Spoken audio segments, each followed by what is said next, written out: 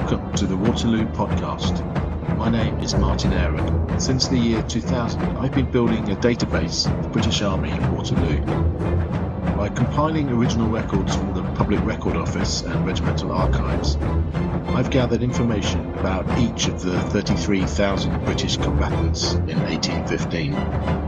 This podcast series examines that data.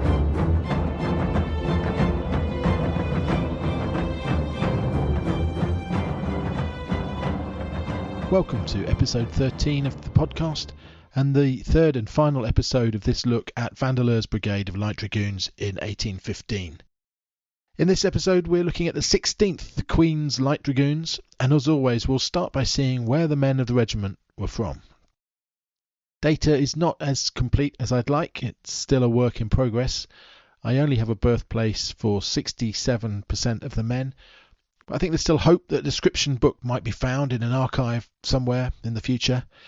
For now, though, this still gives us a pretty good sample size of nearly 300 men from 437 other ranks.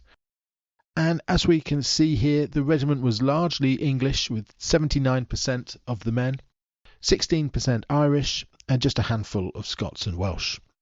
I like to include a little red sliver in these pie charts, but I should point out that this is an anachronism. Wales was considered part of England in this period, just another few counties really, and ledgers of the day list only England, Scotland and Ireland. These Englishmen came from all over the country, most counties represented by a man or two, quite a few from Staffordshire, but by far the most common county of origin was Lancashire, with 31% of the Englishmen from there. Half of these were from Manchester. Now let's look at how experienced these men were. There's enlistment data for 400 men exactly, so that's 92%. And looking at this graph here, we can see that the most common enlistment dates were 1813 and 1812, but that there were also quite large numbers in 1800, 1805, 1806 and 1811. The median enlistment date was 1808. Now, although that median enlistment date is later than the 11th and 12th, this is because of that large intake in 1813. In terms of actual campaign experience, it could be argued that the 16th were the most battle-hardened regiment in the brigade. While the 12th had served from Salamanca onwards, the 16th had landed in Portugal in 1809, seen action at the Battle of Talavera, before then campaigning across the peninsula. As well as many skirmishes too frequent to count, the regiment had been present at the major actions of Fuentes d'Onor in 1811, Salamanca 1812, Vittoria 1813, then the Nive and across the Pyrenees into France in 1814. An extraordinary 5 years of warfare.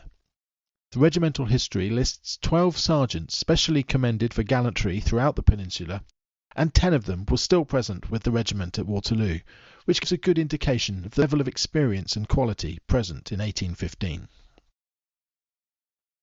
In our episode on the 11th Dragoons, we mentioned the Battle of Venta del Pozzo on 23rd of October 1812, during the retreat from Burgos. The 16th were heavily engaged in this action, and several men bore the scars. Private Thomas Long, for example, from Feckenham in Worcestershire, had been wounded in the left hand, Private William Lay in the head, while Sergeant Thomas Green from Staffordshire had been taken prisoner during the fighting here, and only returned to the regiment in 1814. Many men's discharge papers read like a diary of the Peninsula in terms of wounds received. Private William Dunn, for example, from Cabana, Queen's County, had been wounded at Porto in 1809, and then Bayonne at the end of 1813. He would be wounded again at Waterloo. 2 officers of the 16th at Waterloo had been taken prisoner in the Peninsula and spent 2 to 3 years as prisoners of war at Verdun. Captain John Belli had been taken at Fuentes d'Onor, and Lieutenant George Baker had been wounded and captured at Venta del Pozzo. A key source for this episode is the diary of Captain William Tomkinson. Born in 1790 from Nantwich in Cheshire, he served with the 16th in the Peninsula, being severely wounded at Oporto in 1809. It's a fascinating and extremely useful record of the regiment's campaigning, and highly recommended. The beginning of 1815 found the 16th stationed at Hounslow in Middlesex, brought into central London in February and stationed around Westminster Bridge in order to suppress social unrest over the rising prices of bread. However, on the news that Napoleon had escaped Elba, orders were issued to send 6 troops to Flanders, and on the 11th of April, the regiment boarded a fleet of small colliers to take them across the Channel, 3 troops leaving from Ramsgate and 3 from Dover. By early May, the regiment was settled in Flanders, its headquarters quartered at the village of Denderwindeke. Commanded by Lieutenant Colonel James Hay, the 16th 6 troops were as shown here: Number 1 Troop, Belleyes; Number 2 Troop, Swetnams; Number 3, Wayland; 4, Tomkinsons; 5, Kings; and Number 6 Troop, Buchanans. As we've heard in the previous 2 episodes, Vandeleur's brigade arrived too late to be involved in the Battle of Quatre Bras on the 16th of June, and unlike the 11th Regiment, the 16th were not involved directly in the skirmishes at Genappe in the rain of the 17th of June. Arriving at the field of Waterloo during this heavy downpour on the evening of the 17th, the regiment selected a field of clover in which to bivouac for the night. Attempts were made to light large fires to at least provide some warmth in the torrential rain. Some men of the 16th were sent to the village of Waterloo to see what they could gather as firewood, and one enterprising dragoon returned carrying a grandfather clock on his back, which, on being placed into the flames, acted as a chimney. By the morning of the 18th of June, the deluge had transformed the field of clover into a quagmire, men sinking up to their knees in the mud. This was actually to prove a benefit on the commencement of the French artillery barrage, the explosive impact of shells often being swallowed to some extent as they lodged deep into the earth, while round shot would become embedded in the soft ground at the first or second bounce rather than travelling on through the Allied lines, and this greatly reduced casualties. However, the occasional French shell coming over the brow of the hill still caused mayhem. Lieutenant John Luard, adjutant to the regiment, recalls this time when the regiment was dismounted. A group of officers were talking together with their horses in hand when a shell dropped in the middle of them and killed Captain Swetnam's horse. Not long afterwards, perhaps late morning or around midday, the first massed French attack began, and the 16th was ordered to mount up and moved forward to provide support to the retreating heavy cavalry brigades, the 12th on the left, the 16th on the right, with the 11th behind its support.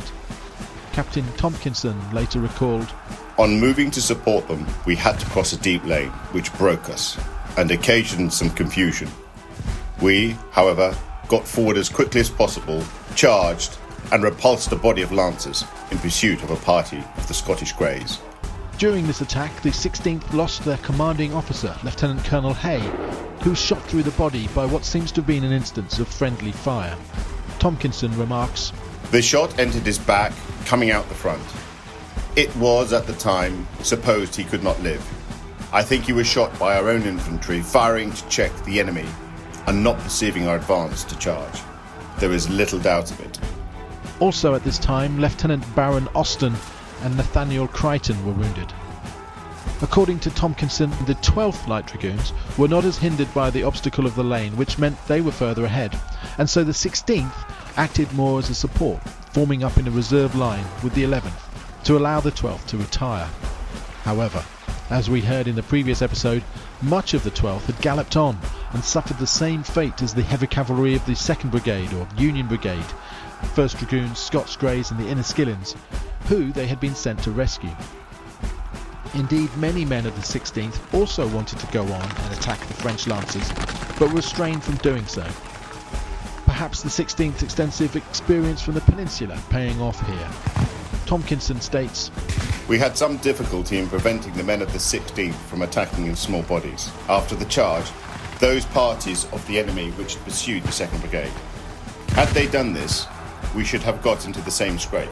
We could not have covered the retreat of the others, but must have retired to form ourselves." As we've heard in the previous 2 episodes, around 5 o'clock, Vandeleur's brigade was moved to the right centre of the Allied line, to behind where Maitland's brigade of foot guards were positioned. Despite being mostly in cover behind the crest of the rise, the 16th still suffered some loss to French artillery, which continued to bombard the Allied line. There was also always the danger of, by bad luck, being hit by a stray musket ball. even if, from the distance, the ball would have been spent and not always fatal. Tompkinson again. While in this situation, my coverer, Sergeant Flesh, was hit by a spent ball. It struck him on the chest, and with such violence that he said he was killed. I fancied the ball had gone through, but in a few minutes I saw the ball drop from his overalls at his feet onto the ground, and on desiring him to go to the rear, he said he should see it out, and fell in again. He had not been 5 minutes in the ranks before another spent ball struck him, but not with such violence as the first. He continued with us. From this sheltered position, the 16th were able to hear a tremendous battle raging just a few hundred yards away over the crown of the slope. This would have been the final French attack, the Imperial Guard infantry engaging with the Allied line. Hearing the fierce noise of furious combat, but unable to see what was happening, was a tense, nerve-wracking experience. Lieutenant Luard again. The fire now became tremendous, particularly of musketry. I had at this moment my horse shot in the head by a musket ball, and Lieutenant Phillips of the 11th, while condoling me on seeing me mounted on a troop horse, had his head shot off by a cannon shot. The fire became every moment hotter, and from the rapid way in which it approached us, appeared as if the enemy was carrying the hill by which we were partially covered, and I confess I thought at that moment the day was going hard with us, that the infantry were beaten. However, the Allied infantry were not beaten. Vandeleur's brigade was ordered to advance, and on finally reaching the crest, the anxiety of what might greet them dissipated. To their great delight, the sight which met them was of the French army in complete disarray, retreating in the greatest haste and confusion. The 16th pressed on at a trot, and several sources mentioned that it was impossible to advance without trampling over the dead and wounded, which lay thick upon that part of the field. As they approached a wood to the south of the battlefield, Troop Sergeant Major George Greaves was sent forward to reconnoitre for enemy troops. He returned to report there were none, the enemy having fled. The brigade next came upon a body of French infantry around 1,000 strong, which they charged at the gallop. The French formation disintegrated in panic, throwing down their arms and sprinting for their lives. The 16th did their best to round them up like so many sheepdogs among a panicked flock. We were riding in all directions at parties attempting to make their escape, and in many instances had to cut down men who had taken up their arms after having in the first instance laid them down. Tompkinson describes the French infantry lying down together for safety, and his horse, Cyclops, so named as he only had one eye, not seeing these men, stepping on their legs, causing them to cry out in pain. Next, Tompkinson was nearly skewered by one of his fellow officers. I had ridden after a man who took up his musket and fired at one of our men. I was following the man at a hard gallop. Lieutenant Beckworth of the 16th stood still and attempted to catch this man on his sword. He missed him and nearly ran me through the body. In these final moments of the battle, the 16th lost its only captain killed, Captain John Buchanan, who was shot twice through the body by the French infantry. Cornet Alexander Hay was also killed here, and Captain Richard Wayland wounded. When the 16th had finally finished rounding up all of the surrendered Frenchmen, they pushed further south to another hill, pursuing scattered French units, and came upon some makeshift bivouac huts built to form the French camp the night before the battle. It was now getting too dark to see, and the regiment ended its pursuit. Among the many French wagons there, Adjutant Luard found some laden with brandy. He therefore collected canteens from each troop and ensured that each man received an equal share. Thus, presumably exhausted, but comfortably well oiled, the 16th finally lay down to sleep. Let's now take a look at the casualties of the regiment. The two troops with the worst casualties were number 3 and 6, that's Wayland's and Buchanan's. Interesting to note that both these officers were casualties in the final advance. So it seems likely that the majority of other ranks killed and wounded in those troops also fell during this part of the battle. Here are the 10 men who lost their lives. The 2 officers we've heard of already. There were 3 NCOs and 5 privates. The loss of Troop Sergeant Major Stephen Baxter was felt particularly keenly. A Bedford man, he was a hero to the regiment, famed for numerous feats of gallantry and daring throughout the Peninsular War. on one occasion capturing 42 Frenchmen, including an officer, with only 4 men to assist him. The regiment lost 35 horses in the battle. And what became of Sergeant John Flesh, who we heard of earlier being hit by 2 spent musket balls? From Devonish in County Fermanagh, he does seem to have been a little short on luck. He'd already been wounded once before in the knee at Burgos. In 1818 he was discharged, and his pension document mentions he was wounded in the chest at Waterloo but not disabled. Tomkinson tells us that he suffered afterwards from not being bled and taking no care of himself. One can only wonder about that remark. Captain John Phillips Buchanan, killed while commanding No. 6 Troop, was from Anglo-Irish stock. His father from Donegal, his mother from Cheshire. This memorial to him can be found in Chester Cathedral. Captain Clement Swetnam, commanding No. 2 Troop, another Cheshire man from Somerford Booths, must have been a good friend. After Waterloo, Swetnam visited the Buchanan family in Donegal to offer his condolences.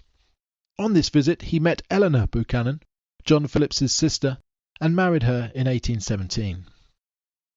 It's interesting to note that Captain Tomkinson was another member of the Cheshire aristocracy, and he and Swetnam can be found on several committees of landowners and jury members for the county through the ensuing decades.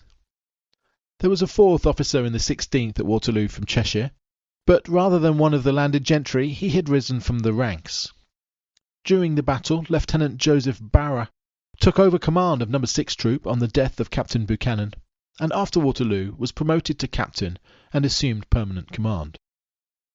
Grateful to the research of the historians David and Janet Bentley for their research on this man. They've done an immense amount of work on the resting places of Waterloo men, and it's from their research that we find Joseph Barra had enlisted as a private in the 11th Dragoons in 1797, serving in Flanders and Egypt, commissioned into the 16th in 1807, and serving from Talavera to Bayonne, across Portugal, Spain and France. After leaving the 16th Regiment on half pay in 1816, he was appointed adjutant to the Cheshire Yeomanry, and held this position until his death in 1839 at Knutsford, aged 59. As we'll see in future episodes about other regiments, men who ran away during the battle were often not awarded the Waterloo Medal, and some NCOs were demoted. In the 16th Light Dragoons, Tomkinson mentions 2 men who had run away in the battle. It's interesting to hear how the way these 2 men were perceived by their comrades in the ranks was entirely different. Tomkinson describes a private in his troop, Benjamin Price, getting off his horse as the regiment formed up on the morning of Waterloo and running away to the rear, being deranged. Tomkinson describes him as an old soldier but not the wisest, and that the men did not resent his leaving them, as they knew what kind of man he was and his weakness. In contrast, Tomkinson describes a different man slipping away during the advance in order to plunder. The men reported this to their officer, and the man received a booting from them when he returned on the morning of the 19th. There is no court-martial listed, so this is an interesting insight into the kind of informal, unofficial punishment meted out by a deserter's comrades, namely a good kicking. Running away during battle was one thing, but desertion proper was generally treated more seriously. Although discipline was relatively good in the 16th, there were a handful of desertions post-Waterloo, and the punishment was both practical and brutal. If you wanted to know if a British soldier had been a deserter in this period, you could literally ask them to put their hand up. As well as being sent to general service, a punishment which we'll discuss in a future episode, men who had absconded for long periods from the regiment were permanently marked under the arm with the letter D for deserter.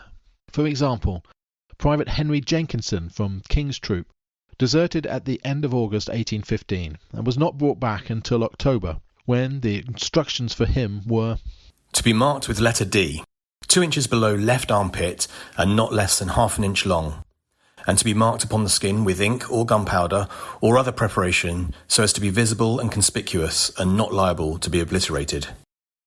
The 16th remained in France as part of the occupation for only a few months, being stationed in Normandy until mid-December 1815. They were then ordered to hand over 135 of their horses to the 15th and 18th Hussars, and with the remainder they returned to England. It had always been my impression until quite recently that the decision to convert a number of British Light Dragoon regiments into Lancers was made as a direct result of their experiences in combat with the French Lancers at Genappe on the 17th of June 1815 and at Waterloo the following day. However, according to the 16th regimental history, the adoption of the lance had been under consideration as far back as 1811. In April 1815, 2 months before Waterloo, 50 men had already been selected from the 9th Light Dragoons to be trained with the lance, the idea at that time being that a troop of lancers would be attached to each cavalry regiment. However, this idea was abandoned after Waterloo, and instead 4 regiments were ordered to wholly be converted into lancers: the 9th Light Dragoons, who had not fought at Waterloo, and the 12th, 16th and 23rd, who all had. In summer of 1816, with the 16th Light Dragoons stationed in Dublin, Lieutenant John Luard and Nathaniel Crichton were sent to London, where they received training in the use of the lance by a German instructor at the Royal Riding School at Buckingham Palace. These 2 officers then returned to Dublin and passed on their training to the rest of the regiment. In June 1819, the regiment returned to England to be stationed in small detachments all around Bristol, Cornwall and the south-west. In early 1821 moving to the north with troops in Staffordshire, Lancashire and Yorkshire. In August 1821, momentous news came. The regiment was to be posted to India. The story goes that this posting was as punishment for the Queen's health being toasted in the officers' mess. 1821 had been a year of terrific scandal surrounding the King, George IV, especially surrounding his coronation in July, in which his estranged wife, Queen Caroline of Brunswick, had been refused entry to Westminster Abbey. She had died the following month, and there had been riots and chaos as her funeral cortege tried to make its way through crowds of sympathetic public. The regiment had been the 16th Queen's Light Dragoons, and felt a tremendous loyalty to her, hence the toast in the officers' mess to her memory. On news reaching the newly crowned King, and perhaps as importantly his brother, the Duke of York, the commander of the British Army, a banishment to India seemed a perfect sentence for such impudence and perceived disloyalty. I'm not sure how much truth there is in this tale, but it is mentioned in the regimental history, so perhaps there's something to it. The regiment set sail in June 1822, and as was the case of the men of the 11th Light Dragoons, as we discussed in that episode, for many of those standing on the decks, this would be the last time they set eyes on England. I have data for what happened to 210 other ranks of the 16th after Waterloo. Of these, 60% had left the regiment before the departure for India. So, numbers of Peninsula and Waterloo men remaining in the regiment were much reduced. This was especially true for the Waterloo officers. Many had been placed on half pay in 1816, a kind of pensioning off for officers. Of the 25 combatant Waterloo officers, only 6 remained to serve in India. Major George Murray, who had taken over command of the regiment at Waterloo on Lieutenant Colonel Hay being wounded, Captains Luard, King and Baron Austin, and Lieutenants Harris and MacDougall. 35 men from the ranks would die of illness in India. Almost half of these died in an outbreak of typhoid or cholera at Cawnpore in June 1823, in which Paymaster George Nayland also died, and 8 Waterloo men died in a second outbreak in 1833, including Major Murray. Although the deaths of these 37 men were a terrible loss, overall the 16th did not suffer anywhere near as severely as the 11th Light Dragoons, who we looked at in episode 11. This was probably no more than luck, as they were posted in similar stations and in fact were often posted together. Indeed, the 16th served alongside their old Waterloo support, the 11th Light Dragoons, in 1826 at the siege of Burtpore. Their experience was the same. They did not take part in the actual storming, but were kept busy trying to ensure the blockade around the city was not broken, posting small parties of pickets, scouting, and providing intelligence, the Peninsula veterans doubtless proving old hands at such work. Generally speaking, regiments posted abroad could expect to be rotated after a few years, although we saw the 11th endured 16 years in India. However, this was nothing compared to the banishment of the 16th, the regiment spending a staggering 25 years in India, only being recalled to England in 1848. If the story of Queen Caroline of Brunswick is true, then the British royal family certainly did know how to hold a grudge. We heard at the beginning of this episode of the large number of Manchester men in the regiment. On 20th of June 1849, at least 8 of these men were present at an anniversary celebration of the battle at Pomona Pleasure Gardens in Trafford, Manchester. Both of our two main sources for the 16th, William Tompkinson and John Luard, were among the last Waterloo men standing, dying in 1871 and 1875 respectively. Perhaps the last man from the ranks was Private Thomas Matthews, a Welsh boy of 18 at Waterloo from the village of Hanmer in Flintshire. He served in India for 15 years, including at Burtpore, and died in 1872 at the village of Malpas in Cheshire, where he is buried in St Oswald's churchyard with his wife Jane. A final story from William Tompkinson.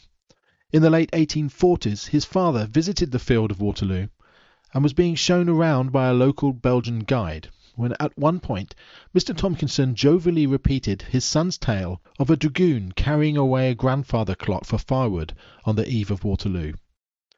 However, this tale was met with some indignation by the guide, who demanded compensation for the clock, saying it had belonged to his family. Before we finish, let's have a look at some stats for the whole brigade. Let's start with nationality across the 3 regiments. As we've seen, the 11th, incredibly English, the 16th, 3/4 English, and the 12th, a pretty even split English-Irish, with a fair few Scots as well. In terms of enlistment, the median year that the other ranks joined their regiments can be seen here. The 16th had a large intake in 1813, as we've discussed. And in terms of age, we can see the median age was 32 for the 11th, 29 for the 12th, and 30 for the 16th. So, along with those enlistment dates, something to bear in mind next time you read about Wellington's inexperienced army, or some claim about lacking Peninsula veterans. Of these 1,360 officers and men, I would be surprised if the number who hadn't served in Portugal, Spain and France amounted to double figures. In terms of casualties, as we've seen over this series, the 16th suffered over double the casualties of the 11th, but not as bad as the 12th. And what became of them in the decades after Waterloo? Well, the 11th became Hussars in 1840, while the 12th and 16th were converted to Lancers in 1816. The 12th were mostly discharged, while the 11th and 16th were sent to India. So that brings us to the end of this series on Vandeleur's Brigade. I hope you enjoyed it. If you did, please press like and subscribe. Enormous and sincere thanks as always to the kind volunteers who do such a great job with these readings. Next time we'll be having a look at our 2nd Horse Artillery Battery, this one being unique in that it is the Rocket Battery, commanded by Captain Edward Whinyates. Then after that we're going to have a bit of a change with some special episodes, hopefully coming out a bit more frequently. Until then, thank you very much for watching.